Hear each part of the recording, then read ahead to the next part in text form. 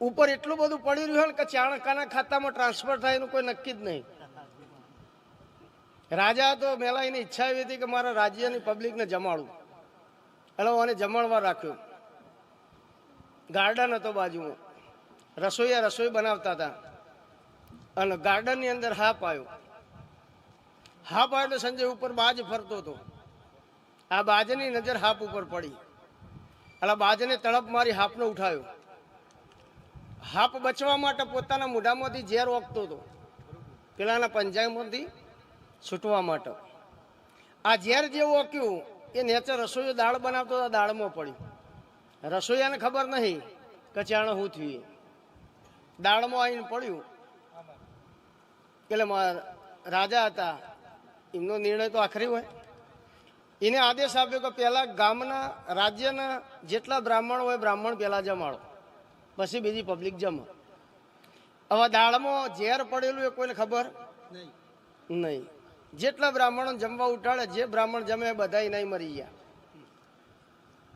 આ 35-40 કે 200 માણસ જે મરી ગયું એ બધા જીવ ઉપર યમરાજા જોડે ગયા. યમરાજા ટેન્શનમાં આવ્યો કે નિમિત્ત કને આલું, અને માર્યા કને નિમિત્ત વના તો જીવ જમા થાય ના, અને ભગવાને કોઈ દર નિમિત્ત લીધું નહીં. એટલે યમરાજા ટેન્શનમાં એટલે અમને દેવોની સભા બોલાવી. કહેવાનું કારણ માને કના ખાતામાં પાપ લખવું. રાજાને તો ખબર નહીં, તો રસોઈયાને ખબર નહીં, તો બાજનો કોઈ દોષ નહીં, એને એના શિકાર માટે પકડ્યો હતો. તો હાપનો કોઈ દોષ નહીં, એને એના બચાવ માટે કર્યું.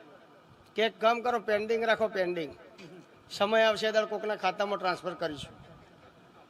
2-4 મહિના થયા એટલે ગામમાં પાછા એક બ્રાહ્મણ આવ્યા. એટલે ગામના જોપો ઉભા રહેતા, એટલે બ્રાહ્મણ આવીને પૂછ્યું કે રાજાને તો જવું, કે ચમ જવું? કે મારે રાજાને મળવા જવું. કે અમારો રાજા હારો નહીં. કે કેમ? કે મોરી બહ બ્રાહ્મણ મારી નો સેવાની તો. એટલે પેલું ઉપર જમા પડી રહ્યું, તરત એના ખાતામાં ટ્રાન્સફર થઈ ગયું.